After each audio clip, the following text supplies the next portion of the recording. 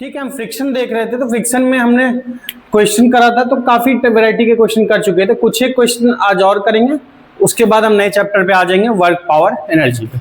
तो कुछ क्वेश्चन करते हैं, लिखो, एक लिखो, एन कीड़ा, अच्छा an insects,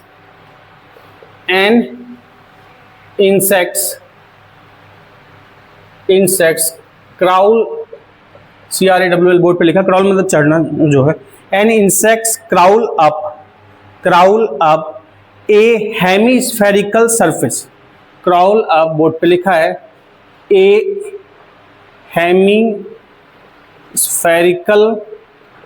crawl up a hemispherical surface, crawl up a hemispherical surface, ठीक, very slowly, hemispherical surface very slowly as in figure, figure. एक इंसेक्ट बना लिया, कीड़ा मान लो, यहाँ कहीं कीड़ा है, ये बन गया कीड़ा, कीड़े का ये बना, अलग ही टाइप का कीड़ा बना है, बढ़िया बात है। तो क्राउल अप क्या लिखे, as in figure, coefficient of friction between surface and insect, coefficient of friction between surface and insect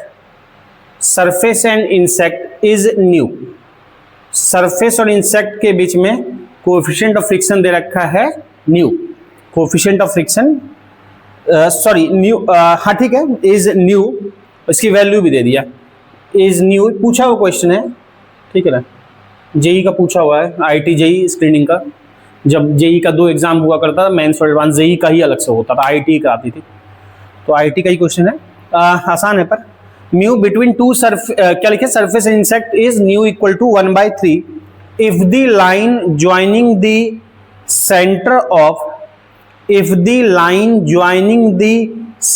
of hemispherical surface, line joining the center of hemispherical surface to the insect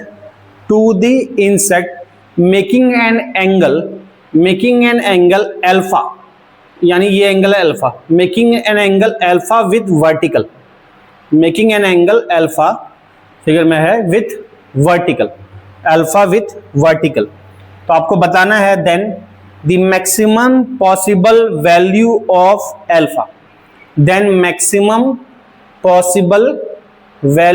of alpha, तो 4 option दे रखे हैं, cot alpha equal to 3, tan alpha equal to 3, और दे रखा है कुछ सेक alpha equal to 3, इस तरह से 4 ऑप्शन दे रखे थे, सेक अल्फा इक्वल टू 3, एक और ऑप्शन तुम्हारा कुछ कर लो, कॉसिक अल्फा दे रखा है इक्वल टू 3, ये 4 ऑप्शन दे रखे थे। तो ट्राई करो, फ्रिक्शन का कॉन्सेप्ट है, सोचो, हो सकेगा, ठीक है। जब इंसेक्ट कीड़ा चलेगा तो कैसे चलेगा, जब चलेगा आप चल पाते हो क्यों, फ्रिक्शन के कारण। चलते हम क्यों हैं, चलते हम तो चलने के प्रोसेस में हम पीछे धक्का देते हैं ग्राउंड को, हम जब चलते हैं तो पैर से ग्राउंड को पीछे धक्का देते हैं, ग्राउंड का रिएक्शन जो है, जो एक्सटर्नल फोर्स है, ग्राउंड का रिएक्शन, यहाँ एक्सटर्नल फोर्स कौन है, फ्रिक्शन है। हम चलते हैं तो हम ग्राउंड को धक्का देते हैं, उसका रिएक्शन फोर्स जो है फ्रिक्शन फोर्स के कारण आगे बढ़ते हैं, इसलिए सरफेस जब बहुत ज्यादा स्मूथ होता है तो उस पर चलना डिफिकल्ट होता है, क्यों, क्योंकि एक्शन तो हम कर दिए पर रिएक्शन के लिए फ्रिक्शन अवेलेबल नहीं है, तो फ्रिक्शन नहीं लग पाता, इसलिए नहीं चल पाते। तो कीड़ा भी जब चलेगा तो चल के कैसे धक्का देगा, ऊपर चढ़ने में, ऊपर जब जाएगा तो पीछे की तरफ धक्का देगा, आप जब चलते हो तो आप पीछे की तरफ धक्का देते हो, तो फ्रिक्शन आगे लगता है जिसकी वजह से चल पाते हो। उसी तरह कीड़ा जब चलेगा तो अपने पैर से पीछे धक्का देगा, तो वो पीछे की तरफ धक्का देगा एक्शन, तो रिएक्शन क्या मिलेगा आगे, और रिएक्शन ही क्या है, यहाँ पे फ्रिक्शन है, फ्रिक्शन यहाँ पे मोशन में हेल्प करेगा। बात समझ में आ रही, ट्राई करो फिर बात करते हैं। देखो बालक भांति भांति के आंसर आ रहे हैं, क्या क्या बता रहे हो, एक बालक बोल रहा है ए और एक बालक बोल रहा है सी, चलो देखते हैं कौन बालक क्या बोल रहा है। अब कीड़े का मास भी दिया, चलो मान लेते हैं, बाद में कैंसिल हो जाएगा। कीड़े का मास मान लिया m, अगर कीड़े का मास मान लिया m इंसेक्ट का, तो वेट क्या लगेगा वर्टिकली डाउनवर्ड, mg इधर लग जाएगा। कीड़ा जब चलेगा कंप्रेस कैसे करेगा, ऐसे दबाएगा एंगल पे, तो दबाएगा कैसे, ऐसे। अगर सरफेस को ऐसे दबा रहा है तो एक्शन का रिएक्शन, नॉर्मल रिएक्शन क्या लगेगा, इधर लगेगा। इसमें दो में तो दिक्कत नहीं होना चाहिए, ठीक। अच्छा, n अलग डायरेक्शन में दिख रहा है, mg अलग डायरेक्शन में दिख रहा है। अगर हमको सॉल्व करना होगा तो एक डायरेक्शन में कंपोनेंट वगैरह हमको देखना पड़ेगा। तो ऐसे में क्या करते हैं कि n की लाइन को पीछे बढ़ा दिया इधर। अब ये एंगल मुझे बता सकता है कोई कितना होगा, ये लाइन इसके पैरेलल है बिल्कुल, ये कट कर रहा है, ये अल्फा, तो ये भी क्या होगा अल्फा। अब इसका जो वेट लग रहा है, ये तो वर्टिकली डाउनवर्ड लग रहा है इधर, पर वेट के दो कंपोनेंट हो सकते हैं। एक कंपोनेंट एंगल के साथ वाला क्या होता है कॉस, तो इधर कंपोनेंट हो जाएगा mg के opposite mg cos alpha. Weight का कंपोनेंट इधर लगेगा mg कॉस अल्फा उसको, और एक कंपोनेंट टेंजेंशियली लगेगा इस पे, कर्व पे, स्फेयर पे टेंजेंशियली लगेगा। एक चूंकि टेंजेंट, दो कंपोनेंट एक दूसरे के परपेंडिकुलर होते हैं, और टेंजेंट और दो कंपोनेंट के बीच में mg पड़ना चाहिए, और दो कंपोनेंट परपेंडिकुलर होते हैं, और टेंजेंट, ये लाइन टेंजेंट के लॉन्ग है, और ये लाइन मिलाओगे वो सेंटर तक गया, यही रेडियस वाली लाइन है, और रेडियस टेंजेंट के बीच क्या बनता है 90 डिग्री का एंगल। यानी ये mg sin alpha mg cos alpha एक दूसरे के परपेंडिकुलर हैं, और दो कंपोनेंट परपेंडिकुलर ही ब्रेक होते हैं। तो ये तो बात ठीक है। अब कीड़ा किधर चलेगा, ऊपर चलेगा। कीड़ा ऊपर की तरफ चलेगा, तो हम जब चलते हैं पैर से पीछे धक्का देते हैं, तो कीड़ा भी जब चलेगा पैर से क्या करेगा, पीछे धक्का देगा। तो रिएक्शन किधर मिलेगा, आगे। रिएक्शन क्या मिलेगा, आगे। तो यहां पे जो फ्रिक्शन मिलेगा जिसके कारण चल पाएगा, वो किधर मिलेगा, इस डायरेक्शन में।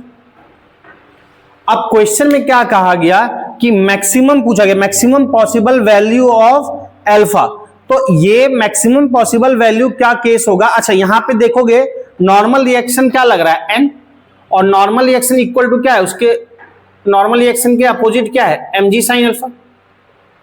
ये वर्टिकली तो चलेगा नहीं कि ऐसे कीड़ा उछल के ऊपर चल रहा है, तो सरफेस पे ही चलेगा, यानी इस डायरेक्शन में फोर्सेस बैलेंस होंगे। n बैलेंस करेगा किसको, mg साइन लिखा है, सॉरी तुम लोग सोए हो क्या बालक, n के अपोजिट साइन कहां है, कॉस दिख रहा है ना। n इक्वल टू क्या होगा mg cos अल्फा, क्लियर। और मैक्सिमम केस में फ्रिक्शन किसको बैलेंस करेगा, mg sin अल्फा, मतलब mg फ्रिक्शन की वजह से यहां चलेगा, चलने में मदद कर रहा है, मोशन में मदद कर रहा है फ्रिक्शन। तो mg sin अल्फा को फ्रिक्शन को ओवरकम करना पड़ेगा, यानी फ्रिक्शन कम से कम f शुड इक्वल टू क्या होना चाहिए, इससे बल्कि ज्यादा ही होना चाहिए। mg sin अल्फा जो पीछे ड्रैग कर इससे ज्यादा होना चाहिए, f equal to mg sin alpha. और f इक्वल टू फॉर्मूला क्या लिखते हैं, f equal to mu n, और n हम ऊपर लिख चुके हैं कितना, mg cos alpha. n equal to लिख चुके हैं mg cos अल्फा, और इधर हो जाएगा तुम्हारा जाके f इक्वल टू क्या लिखे mg sin alpha. f equal to mg sin alpha, f की जगह लिखा न्यू n, और n की वैल्यू यहां से रख दिया न्यू mg cos अल्फा, तो इक्वल टू दिस। अब यहां देखोगे m से m, g से g, काम तमाम, साइन बाय कॉस, इधर आएगा क्या हो जाएगा 10, तो 10 अल्फा इक्वल टू क्या हो जाएगा 10 होगा। फिर से सोए लोगों, इधर आएगा ना 10 भी बोल सकते हो, पर यहां पे मुझे क्या है 1/3 न्यू दे रखा है, तो न्यू की वैल्यू 1/3 रख देंगे, तो क्या लिखेंगे 1/3 into cos alpha equal to sine alpha. Mu की वैल्यू क्वेश्चन में दे रखा है, तो न्यू 1/3, तो मुझे सारा आंसर में क्या है इक्वल टू 3, इक्वल टू 3 के लिए इसको इधर भेजना होगा, तो कॉस बाय साइन इधर आएगा तो क्या हो जाएगा कॉट, तो कॉट अल्फा इक्वल टू 3। ठीक है, एक बालक का आंसर ठीक है, ठीक, चलो नोट कर लो। चलो ये क्वेश्चन क्लियर है, अभी दूसरा दे रहा हूं। तो इस तरह से हम कुछ क्वेश्चन कर लेंगे, एक आध दो क्वेश्चन और कराऊंगा फ्रिक्शन में। तो कोशिश ये रहती है कि मैक्सिमम वेरिएशन के क्वेश्चन करा दूं, ताकि जब आप किसी बुक या शीट को करो तो मैक्सिमम क्वेश्चन आपसे हो पाए, या फिर उसका अप्रोच समझ में आ जाए। ऐसे लिमिट तो नहीं है क्लास में कि एक चैप्टर में 1000 क्वेश्चन कराए जाए, लेकिन फिर क्या है कि हम उसी चैप्टर में झूलते रह जाएंगे साल भर। इतने क्वेश्चन कम से कम करा के आपका दिमाग खुल जाए, कॉन्सेप्ट को अप्लाई करना आ जाए, फिर आप किसी बुक या शीट से करो तो मैक्सिमम क्वेश्चन आपसे हो सके खुद से, या बात आपको समझ में आ सके। पर क्वेश्चन प्रैक्टिस बहुत ज्यादा जरूरी है, जो यहाँ करते हैं शीट से कर रहे हैं, या फिर कहीं बुक से कोई करते हैं, तो जो भी आपको स्टैंडर्ड बुक लगता है, अगर कोई बुक्स को भी प्रेफर कर रहा है तो बीसी पांडे आप कर सकते हो, अच्छी बुक है, जेई के लिए जेई वाली, और नीट के लिए पूरा कंबाइंड आता है। या फिर आप एससी वर्मा जो भी लगता है उसको आप पूरा लगा लो। तो कॉन्सेप्ट क्या होता है, क्वेश्चन करने से कॉन्सेप्ट रिकॉल होता है, कॉन्सेप्ट अप्लाई करना आता है, और एग्जाम में आपका क्वेश्चन करने से ही होगा। अदरवाइज क्या होगा कि कई बार हमको लगता है कि अच्छा ये तो चीज क्लास में पढ़ाया गया पर एग्जाम में हमसे हो नहीं सका।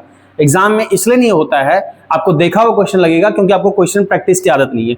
तो खुद के हाथ से क्वेश्चन प्रैक्टिस करना बहुत जरूरी है, क्योंकि एग्जाम आप ही को देना है। केवल कथा सुनोगे, सुनने में अच्छा लगेगा, जैसे लेक्चर देखते जा रहे हो, कहानी सुनते जा रहे हो, तो कथा सुनना ठीक है, सुनने में अच्छा लगेगा, पर एग्जाम में कंपटीशन में जाके ब्लैंक हो जाएगा। एकेडमिक में तो कोई दिक्कत नहीं है, पर वहां ब्लैंक हो जाएगा जब तक खुद के हाथ से क्वेश्चन किया ना हो। इसलिए क्वेश्चन प्रैक्टिस बहुत जरूरी है। तो किसी भी स्टैंडर्ड शीट, मटेरियल, बुक आप उठा सकते हो। तो खैर ठीक है। अब मैं लैंग्वेज नहीं लिखा रहा, इस तरह से दो ब्लॉक है, एक 35 kg, एक 7 kg। तो फ्रिक्शनल कोफिशिएंट जो है, न्यू की वैल्यू दे रखी है between A and B. Between A and B frictional coefficient की वैल्यू दे रखी है, between A and B mu S दे रखा है, न्यू के दे रखा है। अब न्यू एस और न्यू के में क्या लगेगा वो आपको सोचना है। न्यू एस 0.5 और न्यू के 0.4 दोनों ए और बी के बीच में दे रखा है, और बी और ग्राउंड के बीच में, बी और सरफेस के बीच में न्यू नहीं दे रखा है, मतलब न्यू नहीं है, क्वेश्चन नहीं कहा गया। तो बी एंड ग्राउंड के बीच, सॉरी ए एंड ग्राउंड के बीच स्मूथ है, ए एंड ग्राउंड के बीच न्यू नहीं दे रखा है, मतलब फ्रिक्शन नहीं कंसीडर करेंगे। हाँ, ए बी के बीच वैल्यू दे रखा है न्यू एस और न्यू के की, दोनों कब लगता है पता है, तो दोनों में से कौन लगाएंगे, क्लियर है। क्वेश्चन में आपको बताना क्या है, आपको बताना है एक्सेलरेशन ए का क्या होगा। क्वेश्चन कोई खास टफ नहीं है, बट फ्रिक्शन का कॉन्सेप्ट क्लियर है तो लगेगा, अभी ट्राई करो, ठीक है। चलो देखो, इसमें बात समझो जरा, कॉन्सेप्ट कि 7 kg 35 kg है, क्या नीचे फ्रिक्शन है? नहीं है। अगर इसको खींचेंगे तो नीचे रोकने वाला कोई नहीं है। हाँ, ए और बी के बीच क्या हो रहा है, रिलेटिव मोशन हो रहा है कि नहीं हो रहा है, वो बात अलग है। अब एक बात आप जरा समझो कि अगर मैं फ्रिक्शन की यहां बात करूंगा तो फ्रिक्शन कितना लगेगा, फ्रिक्शन कितना लगेगा 7 kg 35 kg के बीच में। अगर मैं एफ एस मैक्स निकालता हूं यहां पे between A and B, A and B, F S max, F S max, तो एफ एस मैक्स लिखोगे mu M G, mu S कितना दे रखा है 0.5, एम 7, जी कुछ नहीं कहा गया तो मान लो 10 ले लो, तो ये कितना आ जाएगा 35 न्यूटन आएगा। एफ एस मैक्स 35 न्यूटन आएगा। क्या एफ एस मैक्स से ये ज्यादा है अप्लाइड फोर्स? तो इसका मतलब क्या है, ए बी पे स्लाइड कर जाएगा, ए बी पे रिलेटिव मोशन हो जाएगा, क्योंकि फ्रिक्शन यहां रोकने वाला क्या है 35 ही है, और अप्लाइड फोर्स क्या है 100 का, तो ये इस पे क्या हो जाएगा, स्लाइड कर जाएगा। अगर ये इस पे स्लाइड करेगा तो ये तो मान लो निकल गया, और नीचे रोकने वाला कोई नहीं, जरा ध्यान से समझना। ये जब निकल गया तो इन दोनों के बीच कौन सा फोर्स लगेगा, फ्रिक्शन कांटेक्ट जो 100 न्यूटन तो ए पे नहीं लग रहा ना, ए का एक्सेलरेशन पूछा गया, 100 न्यूटन तो ए पे नहीं लग रहा, ए पे क्या लगेगा, दोनों के बीच जो फ्रिक्शन अवेलेबल होगा, तो दोनों के बीच जो फ्रिक्शन अवेलेबल होगा, और ये क्या इसके रिलेशन में मूव करने लगा, तो मूव करने लगा तो किस फ्रिक्शन की बात करेंगे, काइनेटिक की। फिर किसकी बात करेंगे, काइनेटिक की।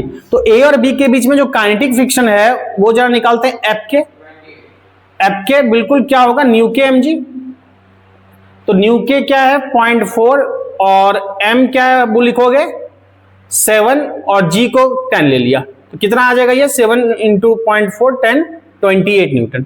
यानी इसको ये तो इस पे निकल जाएगा, पर दोनों के बीच जो रबिंग होगी फ्रिक्शन फोर्स लगेगा, यानी फ्रिक्शन फोर्स इस पे फ्रिक्शन के कारण 735 पे एक्शन करेगा, और 35 को उसका क्या फील होगा, रिएक्शन फील होगा। बी का ए पे जो एक्शन होगा कितना होगा, बी का ए पे एक्शन होगा 28 न्यूटन का, और इसी का रिएक्शन किसको फील होगा, ए को, और ए चलेगा किससे, इस रिएक्शन से। ए के लिए ड्राइविंग फोर्स होगा, क्यों ए के लिए ये फोर्स से क्यों चलेगा, ए इसलिए इस फोर्स से चलेगा क्योंकि ये क्या है, मोशन में है। बात समझ में आई?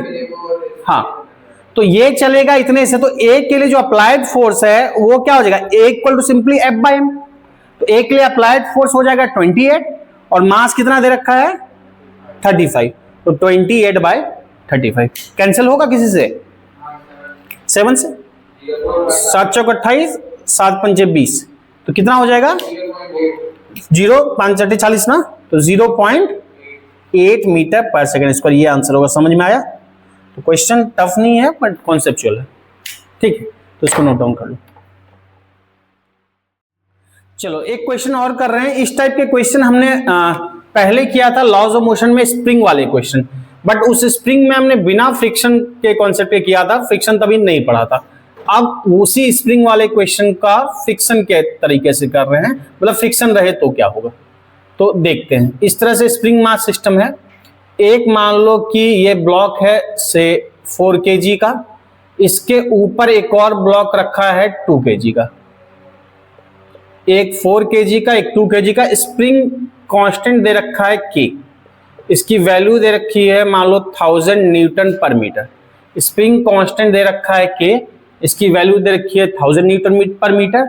ये 2 kg है, ये 4 kg है, बीच में फ्रिक्शन होगा, तो फ्रिक्शनल कोफिशिएंट भी दे रखा है between 2 and 4, between 2 kg and 4 kg frictional coefficient की वैल्यू कुछ दे रखा है, मान लो दे रखा है 0.2, और 4 kg और ग्राउंड के बीच में, सरफेस के बीच में नहीं दे रखा, मतलब नहीं लग रहा है फ्रिक्शन, फ्रिक्शन लग रहा है दोनों ब्लॉक के बीच में।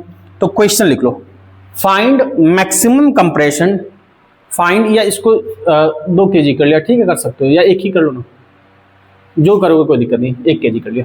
Find maximum compression, find maximum compression in spring, maximum compression in spring for which maximum compression in spring, या जो लिखे थे रहने दो, 2 है, क्या दिक्कत है। 1 से कैलकुलेशन थोड़ा इजी होता है, लेकिन कैलकुलेशन इतना भी इसका टफ नहीं है जो 1 2 किया जाए, 2 ही रहने दो। Find maximum compression in spring for which 2 kg slide on 4 kg। Find maximum compression in spring, maximum compression in spring for which, maximum compression in spring for which 2 kg